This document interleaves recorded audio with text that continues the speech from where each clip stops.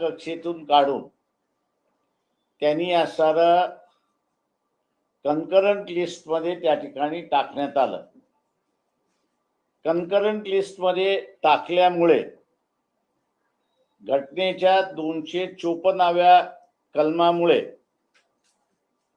केंद्राने जेवढे कायदे केले त्या कायद्यांना राज्य सरकारला मान्य करावं लागलं अशी असणारी परिस्थिती आहे. शिक्षण जरी स्वतःकडे घेतलं असलं केंद्र शासनाने, त्यांनी फक्त कमिट्या केल्या. मान्यतेचे अधिकार जे पूर्वी युनिव्हर्सिटीजकडे होते, राज्यांकडे होते, ते काढून घेऊन त्यांनी बोर्ड्स जे केले त्या बोर्ड्सकडे त्या ठिकाणी दिले. बोर्डाने धंदाच केला. कॉलेज उघडायचं असेल, इंजिनिअरिंगचं असेल, मेडिकलचं असेल किंवा आर्किटेक्चरचा असेल किंवा इतर कुठल्याही असे असेल,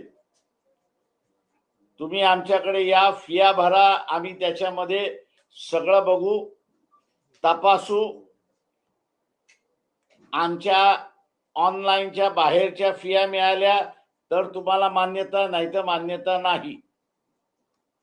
तेव्हा शिक्षण हे गरजेप्रमाणे जे पूर्वी होतं ते शिक्षण गरजेप्रमाणे त्या ठिकाणी राहिलं नाही,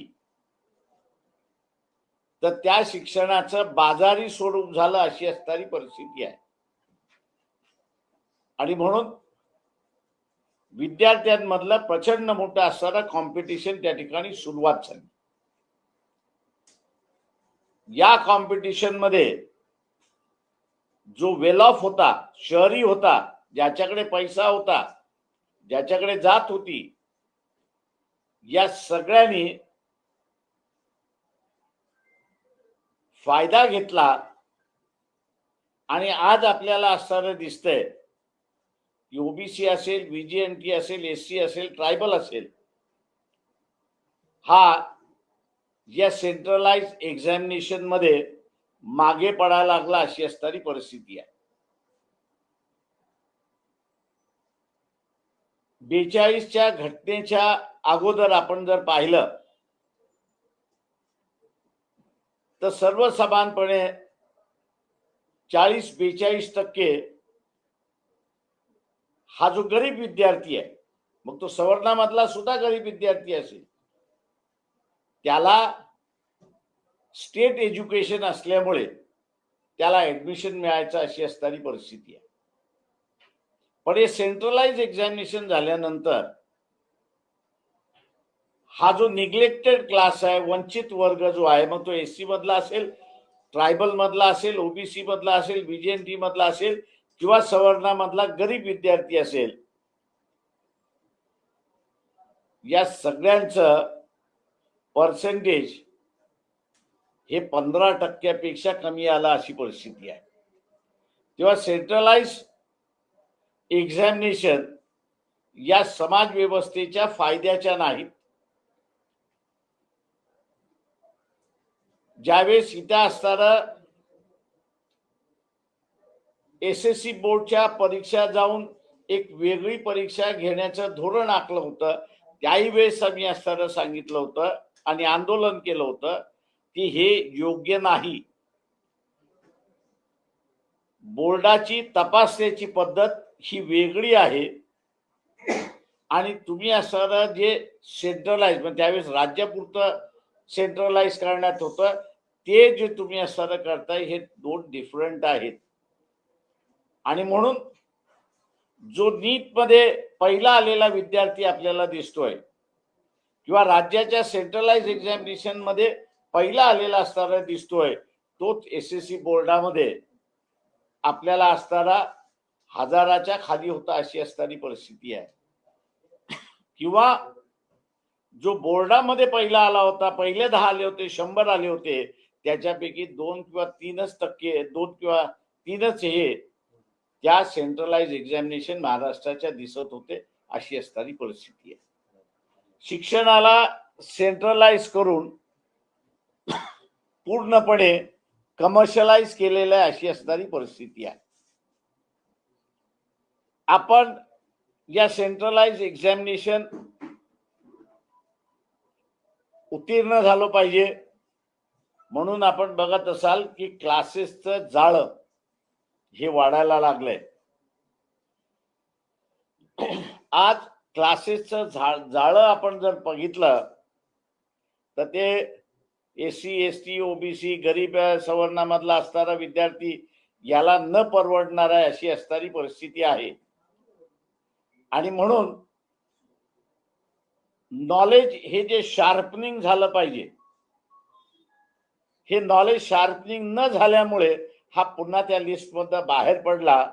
पण इंडस्ट्री म्हणून आपण असताना या क्लासेसची बघितली तर महाराष्ट्रामधलीच इंडस्ट्री आणि देशभराची इंडस्ट्री आपण बघितली तर ही किमान 50,000 कोटीच्या आसपास आहे अशी परिस्थिती आहे. बरं, ही 50,000 कोटीची जी आहे ती नीट सारख्या सेंट्रलाइज एक्झामिनेशन आहे त्याच्यासाठी जाते अशी असणारी परिस्थिती आहे. दुसरा इफेक्ट आपल्याला असताना दिसतोय की जो मी माझ्या कॉलेजच्या वेळेस बघितला होता की आज जी इंटेन्स कॉम्पिटिशन दिसते ती माझ्या काळामध्ये इंटेन्स कॉम्पिटिशन नव्हती. याचं कारण की स्टेट एज्युकेशन असल्यामुळे आपल्याला किती विद्यार्थ्यांची सोय करावी लागेल याच्या संदर्भातला आराखडा केला जात होता आणि त्या प्रमाणात नवीन कॉलेजेस त्या ठिकाणी येत होती अशी परिस्थिती आहे. आणि त्याच्यामुळे आरक्षण असेल किंवा नसेल, तुमच्याकडे मिनिमम क्वालिफाईंग मार्क्स आहेत म्हटल्यानंतर तुम्हाला ऍडमिशन मिळत होतं अशी परिस्थिती आहे. पण ही सेंट्रलाइज परीक्षा झाल्यानंतर आणि सेंट्रलाइज मान्यता झाल्यामुळे कॉलेजेस नवीन ओपन झाले नाहीत, विद्यार्थ्यांची संख्या वाढत गेली आणि त्यामुळे एक नवीन पुन्हा व्यवस्था सुरुवात झाली अशी असणारी परिस्थिती आहे. आणि ती म्हणजे की इथं आपल्याला ऍडमिशन नाही म्हणून जगामध्ये आपल्याला कुठे ऍडमिशन मिळेल याचा शोध व्हायला लागला. आणि भारतातून कमीत कमी दरवर्षी 10 ते 12 लाख विद्यार्थी हा परदेशात शिकायला जायला लागला अशी परिस्थिती आहे. एका वर्षाचा या विद्यार्थ्यांचा किंवा 5 वर्ष या विद्यार्थ्यांचा खर्च आपण असताना पाहिला तो 60 ते 70 लाखाचा खर्च आहे अशी परिस्थिती आहे. आणि 2 लाख विद्यार्थी आपण धरमी नुसतं नॉमिनल धरतोय, तिथे 12 लाखाचं धरत नाही, 2 लाख विद्यार्थी आपण नॉमिनल धरले आणि त्यांचे 60 लाख पर विद्यार्थी आपण असं पाहिलं तर कमीत कमी भारताकडून $2 बिलियन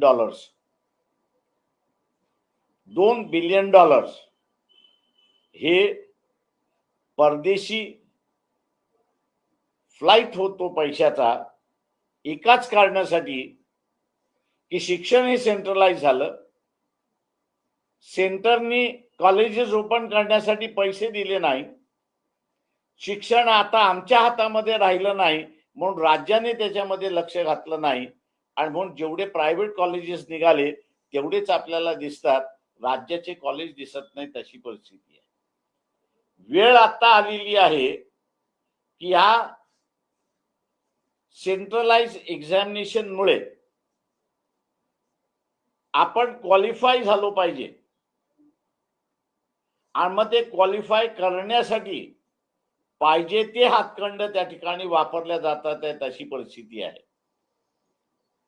यावर्षी आपण असणारा नीटचा पेपर फुटलेला बघितला, महाराष्ट्रामधला असा टेटचा असणारा पेपर फुटलेला आपण बघितला, इतर राज्यांमध्ये सुद्धा आपण असणारा बघितलेला अशी परिस्थिती आहे. आणि त्यातून यंगर जनरेशनचा आंदोलन सुद्धा आपण असं या ठिकाणी पाहिलेला. एकंदरीत सेंट्रलाइज एक्झामिनेशन केल्यामुळे त्या कंट्रोलच्या बाहेर गेलेल्या आहेत, त्याच्यावरती नियंत्रण ठेवता येत नाही. आणि म्हणून आज पूर्णपणे देशाची व्यवस्था ही अडचणीत आली आहे, अशी परिस्थिती आहे. आम्ही असा हा डिबेट करू इच्छितोय आणि इतर पक्षाने त्याच्यामध्ये सहभागी झालं पाहिजे. विशेष करून सत्ताधारी बीजेपी जी आहे त्यांनी असणारे याच्यामध्ये सहभागी झालं पाहिजे की आज सेंट्रलाइज एज्युकेशन करण्याची गरज आहे. की जुनी संविधान स्थापन झालं 1950ला, शिक्षण हा राज्याचा विषय होता, तेव्हा शिक्षण हा राज्याचाच विषय राहिला पाहिजे का, याचा डिबेट आम्ही असताना करू इच्छितो. राजकीय पक्ष असतील, स्टुडंट्स विंग असतील, वेगवेगळ्या पक्षांच्या किंवा इंडिपेंडेंट, यांनी ह्या चर्चेमध्ये भाग घेतला पाहिजे.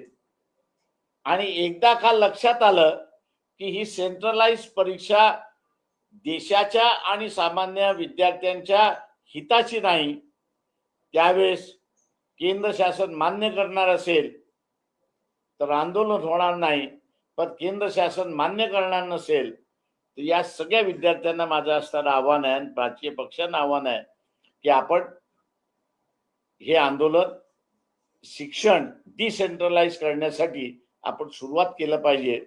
चर्चेच्या माध्यमातून आम्ही हा प्रश्न पुन्हा या ठिकाणी उपस्थित करतोय.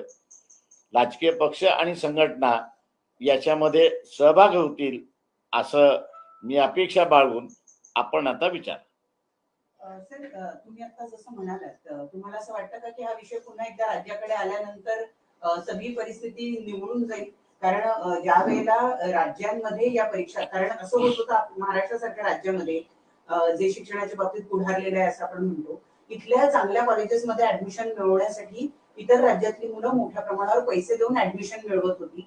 अशी परिस्थिती निर्माण झाल्यामुळे आपल्या राज्यातल्या विद्यार्थ्यांना ऍडमिशन मिळेनाशी झाली. त्यातून हे सेंट्रलाइज सगळी पद्धत उभी राहिली असं म्हटलं जातं. नाही, मी असं म्हणेन त्याच्यामध्ये की 42 घटना दुरुस्ती आपण जर पाहिली तर ही 80च्या अगोदरची आहे. जे काही धोरण आपल्याकडे आलं 10+90, म्हणजे कर्नाटक आणि महाराष्ट्र ह्या दोघांनीही पहिल्यांदा ती सिस्टम उभी केली की राज्याचं बजेट आम्हाला असणारं वाढलेल्या विद्यार्थ्यांवरती खर्च करणं शक्य नाही, म्हणून त्यांनी असणारं एक स्कीम आणि वेगळ्या इन्स्टिट्यूशन्स आम्हाला उभं करण्यामध्ये आमच्याकडे फंड्स नाहीये, म्हणून त्यांनी असणारं एक धोरण कर्नाटक आणि महाराष्ट्राने सुरुवात केलं. देवराज अरसनी कर्नाटकमध्ये सुरुवात केलं आणि महाराष्ट्रामध्ये वसंतदादा पाटील यांनी असणारं सुरुवात केलं. ते म्हणजे 10+90. हे धोरण असं होतं की 10% मॅनेजमेंट कोटा आणि 90% हे गव्हर्नमेंट कोटा. तुम्ही 10% कसे भरायचे हे संस्थेने भरायचे, पण उरलेले 90% जे आहेत, हे उरलेले 90% महाराष्ट्र शासन भरेल आणि त्यांना ज्या फिया भराव्या लागतील, शासन चालवणारे कॉलेजेस जे आहेत त्यांना ज्या फिया भराव्या लागतील त्याच त्यांना भराव्या लागतील, हे धोरण होतं. कर्नाटक महाराष्ट्राचं हे धोरण नंतर मग इतर राज्यांनी स्वीकारलं आणि इतर राज्यांमध्ये स्वीकारल्यानंतर महाराष्ट्रातलेच आपले असणारे PA इनामदार, की ज्यांची पुण्यामध्ये असणारी संस्था आहे, त्यांनी सुप्रीम कोर्टामध्ये एक याचिका दाखल केली. ती म्हणजे तिचा मूळ गाभा त्या याचिकेचा हा होता की आम्ही मायनॉरिटी इन्स्टिट्यूशन आहोत आणि मायनॉरिटी इन्स्टिट्यूशन असल्यामुळे आम्हाला रिक्रुटमेंटचे जे नियम आहेत ते लागू करू नये असं त्यांनी असताना त्यांची याचिका होती. कोर्टाने ती याचिका जी आहे तिचं कन्व्हर्जन केलं, 11 जजेस बेंचकडे पाठवलं आणि 11 जजेस बेंचकडे पाठवून एक प्रश्न उपस्थित केला की why some student should pay for all the students. म्हणजे मोजक्या विद्यार्थ्याने उरलेल्या विद्यार्थ्यांची का फीस भरावी अशी असणारी परिस्थिती होती. त्याच्यामध्ये निर्णय देताना सुप्रीम कोर्टाने हा निर्णय दिला की हे इक्वालिटीच्या विरोधात आहे आणि त्याच्यामुळे ती सिस्टम त्यांनी असणारं ज्याला आपल्याला म्हणता येईल अनकॉन्स्टिट्युशनल आहे म्हणून त्यांनी ती रद्द केली आणि त्यातून प्रायव्हेट इन्स्टिट्यूशनना ऍडमिशनचे अधिकार मिळाले अशी परिस्थिती आहे. आणि फी घालण्यासाठी त्यांनी असणारं UGC न वापरता म्हणजे युनिव्हर्सिटी ग्रँट कमिशन ऍक्ट न वापरता सुप्रीम कोर्टाने जजेसची कमिटी करून ते फीस त्या कॉलेजेसच्या फीस फिक्स करतील अशी असणारी परिस्थिती आहे. आणि त्याच्यामुळे स्टेटचा इंटरेस्ट शिक्षणामधला हा कमी झाला आणि आपण असणारा बघताय की विद्यार्थी अधिक आणि संस्था म्हणजे सीट्स कमी अशी असणारी परिस्थिती आहे. त्याचं कारण मी अगोदरच्या विवेचनामध्ये आपल्याला केलेलं आहे. त्या सगळ्या ह्याच्यामध्ये लक्षात घेता आपण जो विचारलेला आहे की इथे राज्याच्या विद्यार्थ्यांवरती असणारा परिणाम होईल का, मी असं म्हणेन की सुप्रीम कोर्टाचा 11 जजेसचा निर्णय येण्या अगोदर राज्याच्या विद्यार्थ्यांवरती काहीही नुकसान नव्हतं किंवा डावलल्या जात नव्हतं. कारण का त्यावेळेस डोमिसाईल हा इश्यू फार मोठा त्यावेळेसचा होता. पण हा निर्णय झाल्यानंतर ज्यावेळेस असणारा संस्थांना विद्यार्थ्यांना ऍडमिशन देण्याचा अधिकार आला त्यावेळेस मग हू पेड दी हायेस्ट अशा रीतीचा फॉर्म्युला निघाला आणि बाहेर ज्यांच्याकडे पैसे होते त्यांनी असणारं ऍडमिशन घेतलं अशी परिस्थिती आहे. पण सर त्या काळात जर आपण बघितलं तर तुम्ही ज्या काळाचा उल्लेख केला त्यावेळेचे जे काही राजकारणी होते पुढे त्यातलेच बरेचसे राजकारणी हे शिक्षण सम्राट झाले. आताची जी परिस्थिती आहे खासगी कॉलेज आणि सरकारी कॉलेज जे अगदीच खूपच कमी प्रमाणात आहे, हा जो आता काय म्हणतात असमतोल निर्माण झालेला आहे, या असमतोलाला तुम्ही ज्या पद्धतीने म्हणताय की डिसेंट्रलाइज केलं पाहिजे, कशा पद्धतीनं ते डिसेंट्रलाइज करून त्याचा फायदा विद्यार्थ्यांपर्यंत पोहोचवू? प्रश्न असा आहे त्याच्यामध्ये की मी मगाशी असताना म्हणालो की किती निधी किंवा फायनान्स हा देशाच्या बाहेर जातोय. तो असणारा लगभग माझ्या माहितीप्रमाणे असणारा $2 बिलियन अमेरिकन डॉलर्स एवढा निधी जातोय. म्हणजे असणारा सर्वसाधारणपणे ज्याला आपल्याला म्हणता येईल की 20,000 कोटी हा शिक्षणाच्या निमित्ताने बाहेर चाललाय. उद्या डिसेंट्रलाइज झाला आणि पुन्हा शिक्षण हा राज्याचा विषय आला तर शासनाच्या हे लक्षात येतं की हा जो विद्यार्थी बाहेर घेऊन पैसे देऊन बाहेर शिकायला चाललेला आहे त्यालाच आपण इन्फ्रास्ट्रक्चर इथे प्रोव्हाइड केलं तर तो इथे शिक्षण घेण्यामध्ये इंटरेस्ट राहील आणि तो शिक्षण घेण्यामध्ये इंटरेस्ट असल्यामुळे फॉरेन एक्सचेंज वरती आज जो बोजा होते तो होणार नाही. पण त्याच्याच बरोबर इथे असणारं राज्यामधलं एम्प्लॉयमेंट वाढू शकतं हे आपण लक्षात घ्या. टीचर्सचं एम्प्लॉयमेंट वाढतं, नॉन टीचिंग स्टाफचं एम्प्लॉयमेंट त्या ठिकाणी वाढतं आणि त्याच्याच बरोबर लागणारा स्टाफ जो आहे त्याचं असणारं एम्प्लॉयमेंट या ठिकाणी वाढतं. म्हणजे फक्त सेंट्रलाइज एक्झामिनेशन केल्यामुळे एम्प्लॉयमेंट वाढण्याची असणारी जी राज्याला संधी आहे ती संधी गेलेली आहे आणि केंद्र ती संधी करत नसल्यामुळे आज देशाच्या फायनान्शियल बर्डन वरती सुद्धा मोठा बोजा पडतोय अशी परिस्थिती आहे. सर, कॉर्पोरेट जनता पार्टीचं ज्या पद्धतीने सोशल मीडियावर झालं त्याच्यानंतर आता आरक्षण हटावं अशी एक चळवळ आता सोशल मीडियावर उभी राहते. मला वाटतं मी याच्यावरती येतो, नंतर आपण त्याच्यावरती येऊ. परंतु तुम्ही जे विकेंद्रीकरण करायचं म्हणताय, अगोदर विकेंद्रीकरण होतं, पुन्हा काँग्रेसने 42 घटना दुरुस्ती केली, परंतु विकेंद्रीकरण केल्यामुळं हे जे काही परीक्षांमध्ये हे सगळे जे घोळ आहेत ते कमी होतील याचा काय खात्री काय? मी असं म्हणतो की असणारं हे केंद्रीकरण होण्याच्या अगोदर विकेंद्रीकरण होतं. त्या विकेंद्रीकरणामध्ये एखादा तरी आपल्याला इन्सिडेंट दिसतोय का की जुन्या काळातला 11वीचा असेल, आत्ताच्या काळातला 10वीचा आणि 12वीचा पेपर फुटलेला आपण कधी ऐकलेला आहे का? तर नाही. युनिव्हर्सिटी एक्झाम कंडक्ट करते, त्या युनिव्हर्सिटीचे पेपर्स फुटलेले आपण कधी ऐकलेले आहेत का? नाही. ज्या पद्धतीने आत्ता असताना आरोप केला जातात आहेत की पेपर तपासल्याच जात नाही आणि कुठेच सिस्टम नाही की त्याची असणारी पेपर तपासणी होऊ शकते, त्या काळामध्ये युनिव्हर्सिटी एक्झामिनेशन होत असल्यामुळे त्याचं रिइव्हॅल्युएशन होत होतं आणि विद्यार्थ्याला समाधान होत होतं. त्याच्यामुळे मी असं मानतोय की डिसेंट्रलायझेशन आम्ही त्याही वेळेस म्हणत होतो, आज मी असं म्हणेन की जंतर मंतरच्या आंदोलनानंतर हा इश्यू पुन्हा फोरफ्रंट वरती आलेला आहे, तेव्हा सर्वच राजकीय पक्षाने या इश्यूवरती आपली मतं मांडली पाहिजेत असं मी त्या ठिकाणी म्हणणार. हे मगाशी प्रणाली म्हणलं शिक्षण सम्राट जे झालेले आहेत आता गप्पत, तर ते हे होऊ दे. माझं म्हणणं असं आहे की इथे ते होतील की न होतील याच्यापेक्षा एम्प्लॉयमेंट जनरेशन होणार असेल तर कुठल्याही राजकीय पक्षाला सत्ता मिळते ह्याची त्यांना जाणीव आहे. त्याच्यामुळे ते असणारं या शिक्षण सम्राटांचं विचार करतील असं मला वाटत नाही.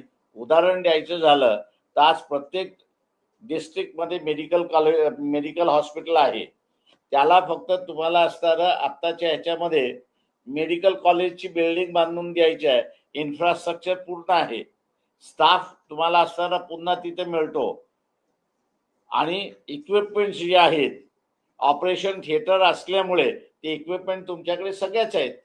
त्याच्यामुळे फार इन्व्हेस्टमेंट नाही, फक्त असणारा स्टेटचा इंटरेस्ट पुन्हा एज्युकेशन मध्ये आणला पाहिजे एवढंच फक्त पाहण्याची गरज आहे असं मला वाटतं.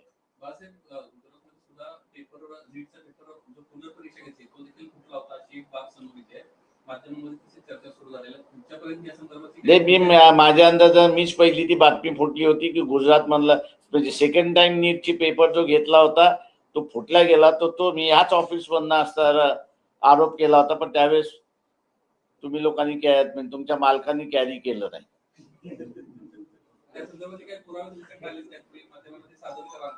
काय सादर करण्यात आता काय, आता त्याच्यामधल्या परीक्षा संपल्याचं पोरं सिलेक्टिव्ह व्हायला लागली आहे, त्याच्यामुळे मला डिस्टर्ब करायचं नाही आता.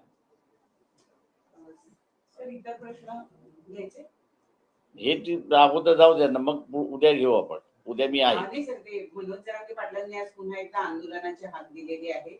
जुन्याच मागण्या आहेत, 56,000 लोक जे नोंदी सापडले आहेत त्यांचे सर्टिफिकेट द्यावेत वगैरे या मागण्यांसाठी. मी नंतर बोलतो. थँक्यू.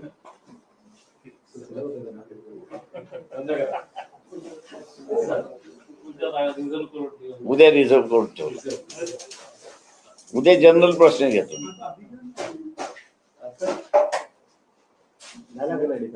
थँक्यू. घ्या ना. आता काँग्रेस त्याला तुम्हाला सपोर्ट करेल, कारण 2 संख्याबळानं संसदेत जास्त